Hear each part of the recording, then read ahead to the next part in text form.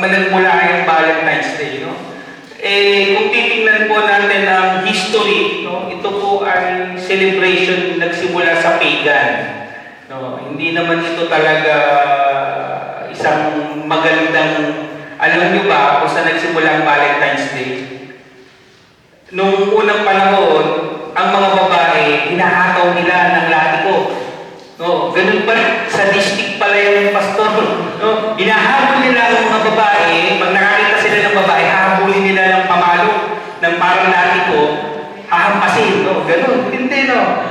No, ganun nagsimula itong sadistic, no. No, ang paniniwala daw kasi nila, no, kaya hahampasin yung mga babae para daw maging fertile. No, wala daw mabaog, lahat mag-aanak. No, hindi, no. So, tapos later on, na-incorporate ito doon sa kay Saint Valentine. No? Tapos, naging commercial na. No? Tapos, alam nyo ba kung sino yung unang chocolate company na naggawa ng heart-shape na lalagyan? Ha? Hindi, Cadbury. No. So, sila yung unang naggawa ng unang heart-shape. No, nice na kahon ng tsokolate. No. So, kidding aside, brothers and sisters, no, in every Valentine's Day, nakikita natin yung pag-ibig, no, mga roses, mga chocolates, bulaklak, no, mga minsan nga, kahit sa Facebook, no, ang dami. Minsan, palakuhan, minsan mayroong ka-green na nga din. No? Ito yung mood, no, ng pag-celebrate ng maraming tao ng Valentine's Day. But parang pag Valentine's, parang laging nakapokus doon sa mga mag-boyfriend, mag-girlfriend, yung mga couples. Pero bakit hindi sila nakasentro doon sa mga mag-aasawa na? No? So kung napansin nyo, bakit gano'n? No? Kasi meron niya ibang connotation na ang Valentine's Day para doon sa mga sweethearts, boyfriend, girlfriend, no? Pero hindi siya masyado na-emphasize doon sa mga couples. Kasi nga mga kapatid, iba kasi, no? Ang pagdating sa may asawa na para talagang kailangan committed, at yun naman ang tama, no? At yun po ang prinsipyo ng Biblia. No? Ang pag-ibig na mag-asawa ay hindi lang damdamin. No, hindi lang yung pagbibigay ng mga chocolates, ng roses. No? Ito po ay pangako at sakripisyo. At higit lalo, isang pag-ibig na may paggalang. No? So, maraming mga mag-aasawa, no? Nagiging biruan nga, no? Dati-dati, no? Isa na yung asawa ko dito. Dati-dati, nung bago-bago pa tayo, nagbibigay ka ng rose, nagbibigay ka ng chocolates. So, bakit may asawa na? Wala na. Oh, sorry. Bawi na lang next time. Oh. Siguro pag may budget, no, ibalik ko kasi yung ATM namin. Wala kasi naming pera, pambili. No. Baka may mga ibang asawa katulad ko, gano'n, ng case, no, may excuse tayo. No. Wala tayong pambili. No. Pero mga kapatid, no, ang simula ay kilig, pero mga kapatid, hindi po tumatagal. No? Yun ang naging struggle ng maraming mga mag-aasawa. No? At nakikita natin ang mga marriages hindi nagtatagal. No? Minsan hindi na tumatagal ng 5 years, 10 years, minsan lalo sa mga celebrity, di ba? No? Hindi nagtatagal yung mga marriage nila. Nagkakaroon ng paghihiwalay.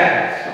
Kasi nga mga kapatid, ang pag-asawa, ang relasyon po ay hindi nakadepende doon sa kilig kung hindi sa karakter. No? At ang pag-asawa ay hindi po sinusubok sa panahon ng masaya kung hindi sinusubok ito sa panahon na mayroong problema, sa panahon na mayroong kondisyon na mahirap ng mahalin o mahirap magmahal. No? At doon po nasusubok ang tibay ng isang pagsasama. So ngayong araw ng mga puso na sineselebrate natin mga kapatid, hindi lamang po natin inaalala, no, kung paano umibig, kung paano manatili sa pag-ibig. Yun kasi ang goal, no, manatili na in love. Tingnan nyo nga yung mga asawa nyo. Ganyan pa rin ba kayo ka-in love kung una nyo silang nakilala? Pastor, straight ka lang eh. Hindi nakakuha ng dati. No? O yung iba naman, hindi pastor, lalo akong nai-in-love sa asawa ko habang tumatagal.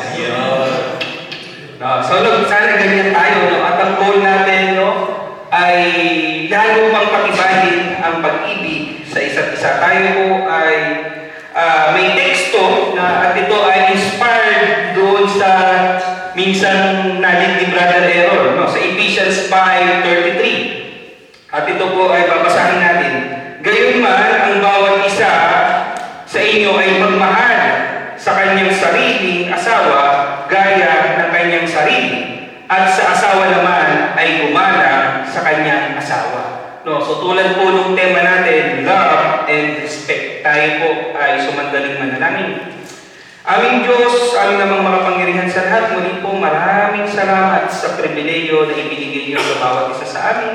Salamat po sa kalakasan at sa bagong buhay na kami ay nabigyan ng pribileyo na kami makadako sa lugar ito upang sama-samang makinig ng inyong mensahe sa aming Panginoon. Turuan niyo kaming magmahal, hindi na ayon sa aming damdamin, kung hindi ayon sa inyong karakter. Pagalingin niyo po, Panginoon, ang aming mga sugat ng aming damdamin, Panginoon. Ibalik ang lambing at nawa, Panginoon, ang aming pag-ibig sa isa't isa ay maging larawan ng pag-ibig na itinuro niyo sa bawat isa sa amin. Maging sentro nawa kayo, Panginoon, ng aming pakikinig. Makita namin ang aming mga sarili, Panginoon, at ang aplikasyon nito sa aming pang-araw-araw ng pamumuhay bilang mag-asawa. Ito ang aming panalangin sa pangalan ng inyong anak na si Jesus. Amen. So, ang teksto ito ay madalas natin naririnig, especially about family. Alam niyo po, ang Book of Ephesians, ito po ay isinulat, ang mga taga-Efeso po, tulad po ng mga lagi natin sinasabi, taga-Efeso, taga-Roma, taga-Corinto, ito po ay mga mananampalataya. But in the Book of Ephesians, Paul addressed this issue about family. Kaya makikita niyo dito yung mga aral patungkol sa mag-asawa, patungkol sa mga anak, dito po natin makikita. At ang panahon na ito, ang bahagi ito ng chapter 5 ay sumasalamin sa kalagayan ng unang panahon, ng patriarchs. Alam niyo ba yung ibig sabihin ng patriarchs? Patriarka. Na sinong mga patriarka? Abraham, sino ba? Isaac, Jacob, yung mga naunang mga naunang mga fathers ng faith, yung mga sinimulan. So, noong unang panahon, patriarka ang kultura, at kung saan ang mga lalaki ang nasusunod. Sila yung man of the house, ang sila lang, ang boses lang nila ang mahalaga. At ang mga boses ng kababaihan ay hindi po mahalaga, hindi pinapansin o hindi nabibigyan ng value. Hindi tulad ngayon, ang mga asawa na, sabi, ang lalaki ang tulo ng tahanan, pero ang babae ang liig. Against niya? Sino ang nagpapagalaw sa liig? Ay, sa ulo ang liig, di ba? Ganon. So, nabago na. So, nung araw, ganon. Kasi nga, dahil ang mga lalaki ang nasusunod, binibigyan ngayon ng ebanghelyo ay nagkaroon ng sabihin natin na pagtutuwid o pag-aayos, hindi na extreme. Hindi po sinasabi ng ebanghelyo na kukontrol ang lalaki, at hindi namang totally sinasabi ng ebanghelyo na mag-submit. Kaya nga laging ang palihan, pastor, bakit ako magsasubmit sa asawa ko? Mag-submit kung mali. Diba? So, ganun po yung naging basahan nito. Yung mag-control ng lalaki na mayroong pagmamahal at mag-submit ang babae na mayroong paggalang. So, yun po ang core nung pong chapter na ito na gustong ipaabot ni Apostle Paul. So brothers and sisters, pag-ibig at paggalang ang mutual na utos ng Diyos. No? Ang Christian marriage po, ito yung napakaganda kasi mga kapatid. No? Hindi ba kayo, nakikita natin ngayon ang mundo, no? Hindi ini-encourage yung mag-asawa, magpakasal, no? Sabihin, magtipid muna kayo, kilalanin mo muna yung isa't isa. O kaya, pag nag-asawa, pag hindi kayo nagkasundo, magluwalay na lang kayo agad. No? Yan ang dilema ng kultura natin ngayon. No? Ngunit, in a Christian marriage, no? Napakahalaga kasi mga kapatid na meron tayong takot sa Diyos at meron tayong covenant. No? Ang Christian marriage, brothers and sisters, ay hindi ito power struggle. No? Hindi ito na ako lalaki ako masusunod o babae ako ang sa akin ka mag-ano. Hindi po ganun. No? Ito po ay covenant partnership. No? Pag sinabi mong covenant, no, ito ay meron kayong pag-ibig, meron kayong respeto, meron kayong pagkakaisa. No? Kaya ito lagi kong sinasabi, ito para sa mga kabataan ko, hindi lang ito para sa mga mag-aasawa. No? At kung kayo mag-asawa na, mapapatunayan niyo naman ito. In Proverbs 19, verse 14, no? Bahay at kayamanan ay namamana sa magulang. Ngunit ang mabuting asawa ay sa Diyos nanggagaling. Mga kabataan, no? No, sabi, ang bahay, no, kayamanan, namamana, pero yung mabuting asawa, no, ang Diyos ang nagbibigay. Kaya kung kayo ay nagkaroon ng mabuting asawa, Diyos ang nagbigay niyan. No? So, kaya nga lagi yung tatandaan, pray specifically. No, sa mga kabataan ngayon, sa mga may asawa na, dibdibin nyo na yan. Wala na kayong magagawa. No, dibdibin nyo na yan. Mahalin nyo na yan ng todo. Kasi, yan na yan eh. No? Doon sa mga mag-aasawa ka lang, yung mga kabataan, no, tandaan ito. No? Doon, sa Diyos, inihiling ang mapapangasawa. No? Diyos ang magbibigay niyan. Kaya, pag-pray na talaga siya. Pag-pray nyo, Lord, yung ibibigay nyo sa akin, baka pitos pa lang. Baka hindi pa pinapanganak. No? Basta, ipag-pray nyo. No? Ang Diyos ang magbibigay niyan. No? So, ganun mga kapatid. So, sa ating pag-aaral, mayroon tayong 3 puntos dito. Una, ang pag-ibig ay utos. No? It's a command. No? Hindi po ito emosyon. Kaya in 1 Corinthians 13 verses 4 to 7, i-describe ito eh. Ang pag-ibig, ito lagi nyo naririnig pag may mga kasal. No? Ang pag-ibig ay matyaga at magandang loob, hindi maigitin, hindi mayabang, at hindi mapagmataas man. Hindi magaspang ang pag-uugali, hindi makasarili, hindi magagalitin o mapagtanim ng sama ng loob sa kapwa.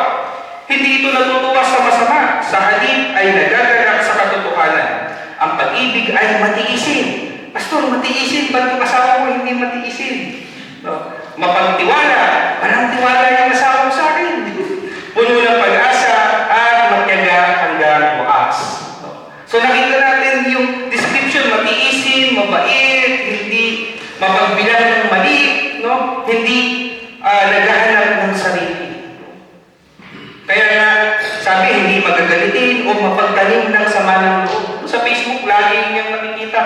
No, nakikita natin na, nakita niyo to yung may kinasal na best man siya, tapos sinasabihan niya yung kaibigan niya na ikakasal naman, tapos sinasabi niya, yung napangasawa daw niya, pag daw nag-ungkat, no, yung year na 10 years ago, nag-ungkat, lahat, no. So, pinapakita lang natin yung, no, na merong ang tunay na pag-ibig, no, hindi na matanimin, no, hindi na nagtatanim ng sama ng loob. So, brothers and sisters, biblically speaking, ang pag-ibig po ay choice. Naniniwala ba kayo doon? Choice yan. No? Bago kayo nagmahal,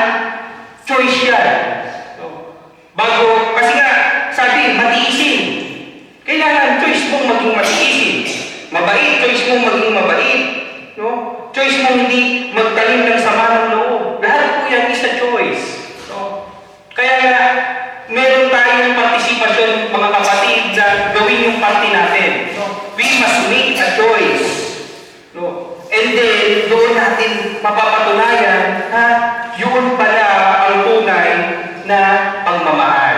Diba? So, maging yung pagkagusto natin sa isang tao kung maalalahanin yung choice niya yan kasi iniisip mo natin Diba? Choice natin na mahalin siya o choice natin kasi na maganda yung karakter niya o gusto natin yung mga katangian niya, diba? Choice natin na ini-entertain natin yun sa isip natin. Hanggang sa nadidevelop, mahal ko na pala, diba? Ganun. Pero, ang suma total mga kapatid, it's a choice. Choice po natin. So, sa mag-asawa, hindi po laging romantic. Hindi totoo yun, it's just a fairy tale. Meron bang araw-araw dito romantic yung asawa nyo sa inyo? No? Pastor, baka ako lang. Yung laging, yung laging thoughtful, di ba? Hindi mga kapatid Hindi po araw-araw romantic ang pagsasama. No? May mga konting pagkatalo, nag-iinisan, naiinis sa isa't isa minsan. No? Hindi kayo nakakatulog. Di ba? Kasi naiinis kayo doon sa patabi nyo. Di ba? Maraming ganyan. No? Iba-iba lang. Pero yun nga, hindi okay sa lahat ng panahon, hindi romantic sa lahat ng panahon. Lalo kapag pagod sa trabaho, may problema, may konting alalahanin, di ba? Hindi laging romantic. No? Kaya nga mga kapatid, ang solusyon, ang kailangan sa pagsasama is commitment. Amen? No? You choose. So, kahit pagod ka, kahit naiinis ka, no? Kahit ganyan na yung sitwasyon, you choose to love. You choose na magtiis. You choose na huwag magalit. You choose na huwag magtanim ng sama ng loob. Diba? So, yun po ang sikreto mga kapatid. Commitment. We must be committed. No? Doon sa ating mga partner. Kaya nasabi ko sa inyo, dibdibin mo na yan. No? Yan na yan Yan na yung kasama natin. No? Ano man yung mga pagkukulang, minsan, ako, biruan namin nung misis ko. Sabi niya, perfect daw. Sabi niya, isa niluloko. Kasi siya, perfect. Perfect ka. Kung perfect ka, hindi ako napangasawa mo. Diba? Naisip niyo ba yun? Kung perfect yung mga asawa niyo, hindi kayo ang napangasawa niya. Diba? Kasi, diba? Siyempre, they deserve more. No, kung perfect sila, di ba? So, ganun din tayo. Minsan, iniisip natin na perfecto tayo. Kung tayong perfecto, hindi sila yung napangasawa natin. No. Ganun lang yun, mga kapatid. So, we must balance. No? Kailangan in relationship, meron commitment. No? Kasi, character. No? Tatandaan natin, mga kapatid, yung pag pinag-uusapan kasi dito, character Iba-iba tayo ng character, iba-iba tayo ng upbringing. But at the end, no, yung commitment natin sa isa't isa na mahalin, no, ang pinagkaloob sa atin ng Diyos, yung asawa natin, no, yun ang importante. Pangalawa, paggalang ay hinga. Naniwala ba kayong respect is the breath? Ano ba yung English ng anak ko yun? Galing talaga na. Hindi ko kasi gumagawa ng ano ko Kaya hindi ko alam yung in-English niya. No? Pero nakuha niya yung gusto ko. No? Respect is the breath. No? Hininga no? ng pag-ibig.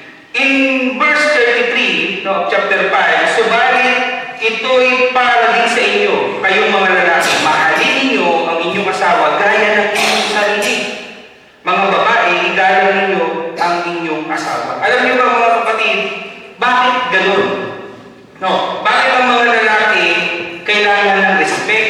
Bakit ang mga babae kailangan ng love? No.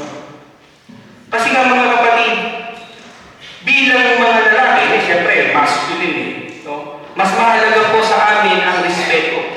No, minsan kasi, kahit kami na mga lalaki, hindi kami showy iba siguro sa mga kalalakihan, no? Malambing, showy sa asawa, pero most of the time, yung karakter ng lalaki po ay matigas, no? Siyempre, masculine.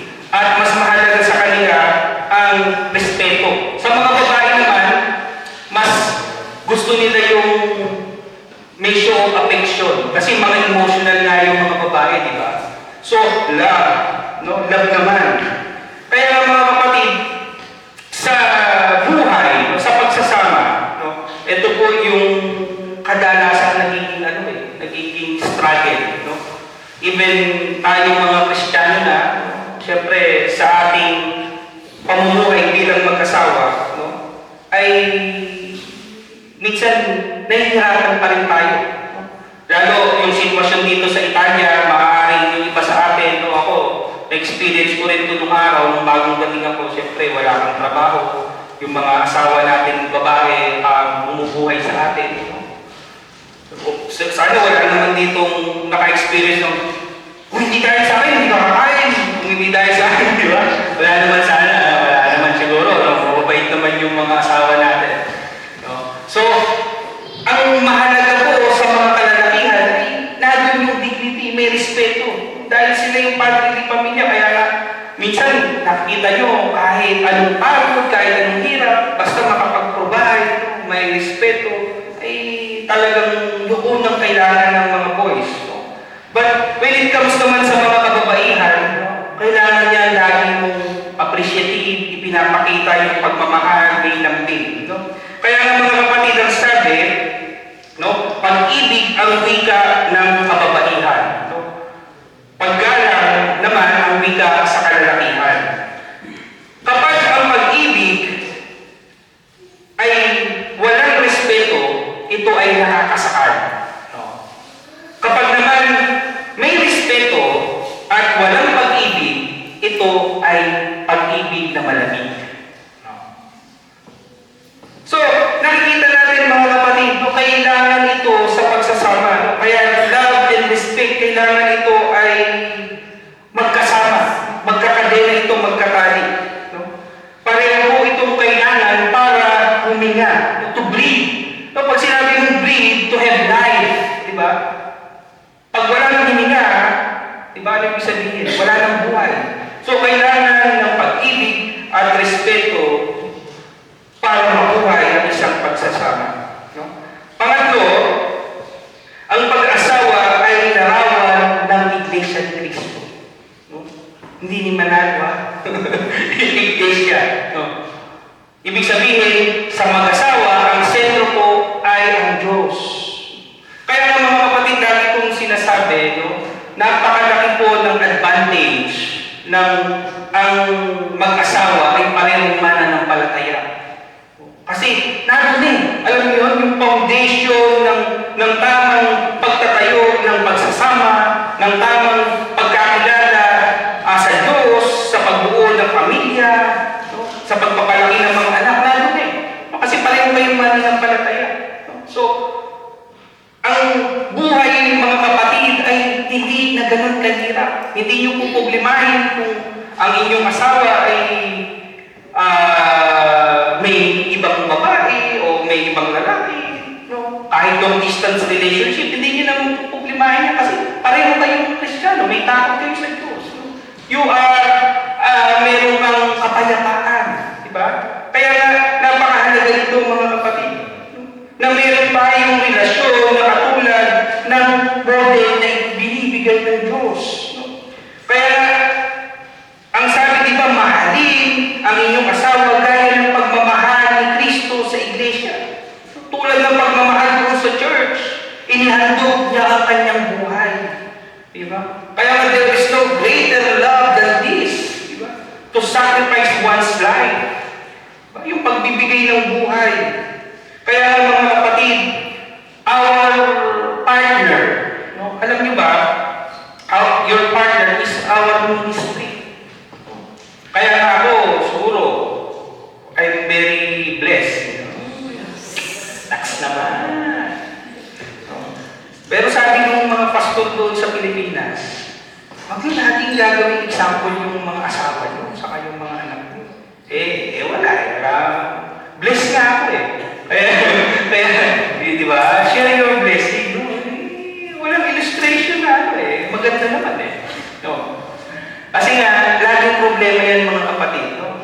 We cannot minister to others. Sa pastor, share mo, hindi man sila okay ng asawa niya. Diba? Share mo ng kung ano-ano kung si pastor. Hindi naman sila ayos ng mga anak. Diba? Hindi din. Diba? So, ang pagsasama natin, no? Ang pagiging asawa, pagiging magulang, pagiging tatay natin, pagiging nanay natin, it's a ministry. No? Kaya mga kapatid, sabi, mahalin ang inyong mga asawa gaya ng inyong sarili. Diba? So, mga kapatid, kapag nakikita ng ating mga anak, diba? Ito yun eh. Kapag nakikita ng ating mga anak kung gano'n natin kamahal yung ating mga asawa, diba? Nagiging model minsan, diba? O lalo pag babae yung anak natin, gusto ko si mapangasawa ko malambing din. Kasi si daddy malambing kay mami, diba? Yun ang mga lalaki. Kung maalaga si mami, gusto kong mapangasawa yung masarap magluto, inaalagaan yung, kasi inaalagaan si daddy, yung mga gano'n. No? Nagkakaroon tayo ng idea. No? Ideal thinking. No? Kasi nga, yung gusto din na ibigay sa atin ng Diyos. So, mahalin gaya ng inyong sarili. Meron pa bang higit na pagmamahal na ibinibigay yung pagmamahal mo sa sarili mo? Diba? Kaya nga, ito, sa mga youth, no? Pag kayo, no, dahil kayo mga Christian, no, nandito kayo sa church, no? Kung makikita nyo yung mga ibang tao sa labas, how they treat themselves, no? May bisyo, they smoke, no? They drink, no? Hindi nila minamahal yung sarili nila. How could you expect na mahalin din nila kayo? Against nyo? So, yun mga kapatid eh. Kailangan po na ang pagmamahal na ipinapakita dito ay paano minamahal yung inyong mga sarili. Kung hindi nila minamahal yung mga sarili nila, pinababayaan nila dahil doon sa mga vices na yun, paano kayo yung expect na mahalin nila kayo? Eh kung yung sarili nga nila, hindi nila minamahal, mamahalin pa kayo. So, maybe superficial, pero yung true love, true commitment, hindi yun maibibigay sa inyo mga kapatid. No? So, kaya po, kailangan natin, hindi man perfecto minsan yung mga pagsasama, no? May mga kakulangan, but we need to reflect on how God loves us. No? Pangatlo, ang problema ng marriage ay hindi personality. No? Kung hindi selfishness. Madalas ko sinasabi, gusto ko yung compatible kasi kami. No? Baka hindi nyo alam ang ibig sabihin ng compatibility-ness. No? Hindi kayo compatible dahil pareho kayo ng gusto. No? Kasi pag pareho kayo ng gusto, hindi magtatagal ng pagsasama. Kasi pareho yung gustong masunod. No? Pareho yung gustong kayo ang tama. Diba? Hindi po ba pwede yun? No? Ang true meaning ng compatibility, no, mga kapatid, is complementary. Alam niyo ba yun? No? Push-pull. No? Yun po yun. No? Kaya nagtatagal ng pagsasama, hindi dahil compatible kayo, kung hindi nakakapag-adapt. No? Yung isa gano'n, yung isa dominante, yung isa magpapasensya, di ba? Ganun, may kakomplement kayo para nababalance. No? Yun po ang ibig sabihin ng compatibility. Kasi kung compatible nga kayo, ang mangyayari kasi sabi dyan, hindi selfishness. No? Kasi pag compatible kayo, lahat ng gusto, no, yun ang susunod. No? Kaya nga mga kapatid, ang karamihan ng away ay hindi dahil magkaiba kayo. Kung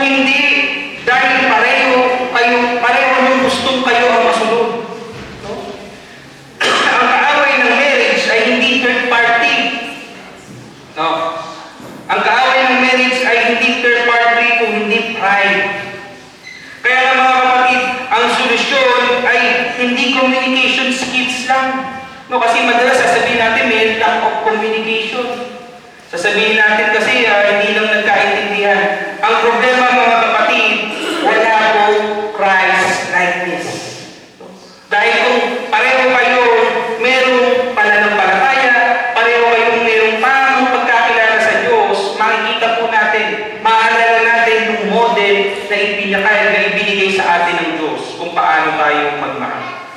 So mga kapatid, paalala po, no, may mga practical application tayo para sa mga kalalakihan. Una, makinig muna, no, pakinggan bago mag-solve. Minsan kasi tayo mga lalaki, gusto natin solving agad. No? Hindi muna natin kinukonsulta yung mga asawa natin. Gusto natin maayusin agad natin before we talk to them. Kaya minsan sabi, inayos ko na. No, baka mamaya nagkakaroon ng saloobin yung mga asawa natin. No? Bigyan daw ng oras, hindi lang ng pera. No? Kasi madalas sa Facebook nakikita nila, yung babae masakit ang ulo. Masakit ang ulo, binigyan ng makapal na pera, inapat na ganun, natanggal yung sakit ng ulo. Yung mga nakikita sa Facebook, no? Hindi lang po pera ang mahalaga mga kapatid. Mahalaga yan, no? Hindi pwede tumagal ang pagsasama ng may pera, pero kailangan po ng oras. No? So, ipadama na secure sila.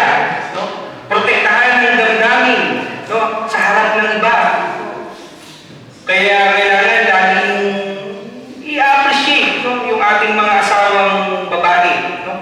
Sabi, i-date din. No? Kaya kailangan din po yan. No? Minsan, kahit galing tayo mabisi, no? Kaya yung hindi pa nakapag-date, no? Mag-date mamaya.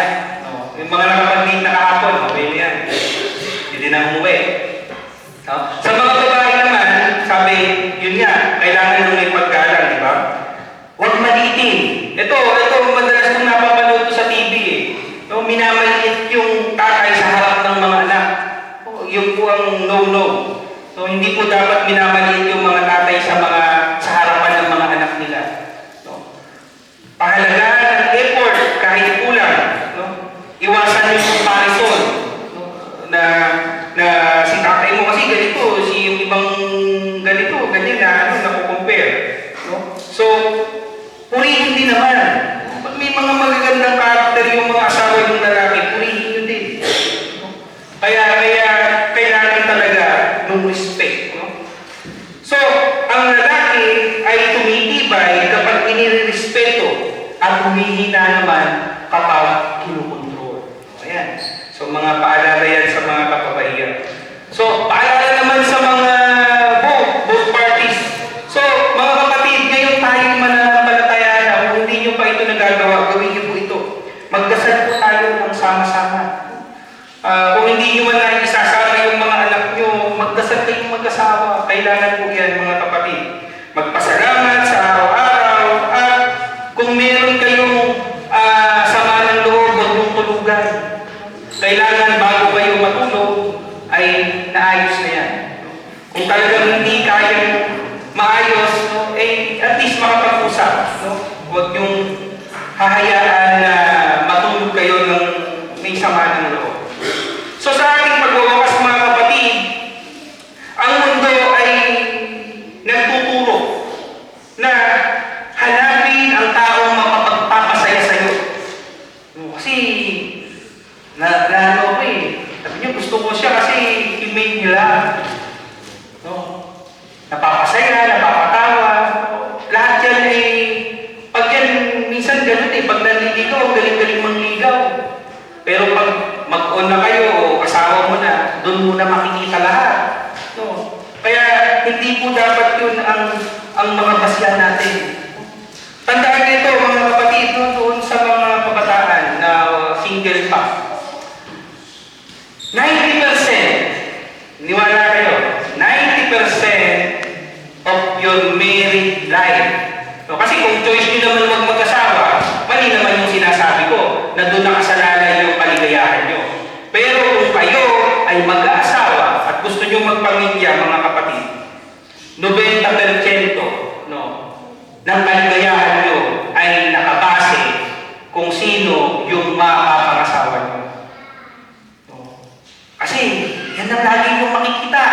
Pagising mo sa umaga, mukha niya.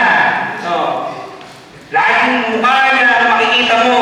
No? Kahit ayaw yung mukha niya, kaya kung hindi kayo happy, hindi kayo, pero nyo, 90% totoo yan, maniwala kayo sa akin. No? Kahit hindi pa kami ganun katagal nung na ako nasa marriage life, totoo yan. Kahit sinong narito mapapatunayan yan, na 90% of your life, kung mag-aasawa kayo, nakabase doon sa partner nyo. Kaya ipag-pray nyo sila. Pag-pray nyo. Be specific. Lahat ng gusto nyo, pag-pray nyo sa Panginoon. Baka pag sinabi nyo, mabait lang. Okay na ako, pastor, mabait lang pinag-pray ko. Mabait nga yung asawa nyo, tamad naman. No. Yun lang pinag-pray nyo eh. Tapos kayo bubuhay. Bubuhayin yung asawa nyo. Diba? Kasi, pastor, nakalimutan ko kasi, yun lang pinag-pray ko, mabait lang eh. Pinag-pray nyo, pogi lang. Paano pag tumanda yan? Okay pa rin yan, pero paano kung pogi nga, irresponsible naman. Diba? Kaya lahat ng gusto nyo pag-pray nyo sa Panginoon dahil siya yung magbibigay sa inyo. No? So mga kapatid, magtiwala tayo na ngayong nandito tayo sa kalagayan ito bilang mga mananampalataya, patuloy po natin alalahanin yung model na ibinigay sa atin ng Diyos. Na yung tinuturo sa atin ng Biblia na magmahal tayo at magkaroon tayo ng relasyon na nakabase doon sa kalooban ng Diyos, sa prinsipyo ng Biblia. So, come to think of it, brothers and sisters, yung tunay na mga Valentine's gift ay hindi lamang po yung mga tsokolate, hindi lang yung mga bulaklak, kung hindi transformation of the heart. Mamaya yung mga asawa nyo, sipag magbigay ng bulaklak, sipag magbigay ng tsokolate, hindi naman nababago yung mga puso nila. Hindi naman nababago yung mga ugali. No? Wala po halaga ang mga bulaklak at mga tsokolate. So remember, brothers and sisters, husband, love your wife. Wife, respect your husband. In the name of the Father, and the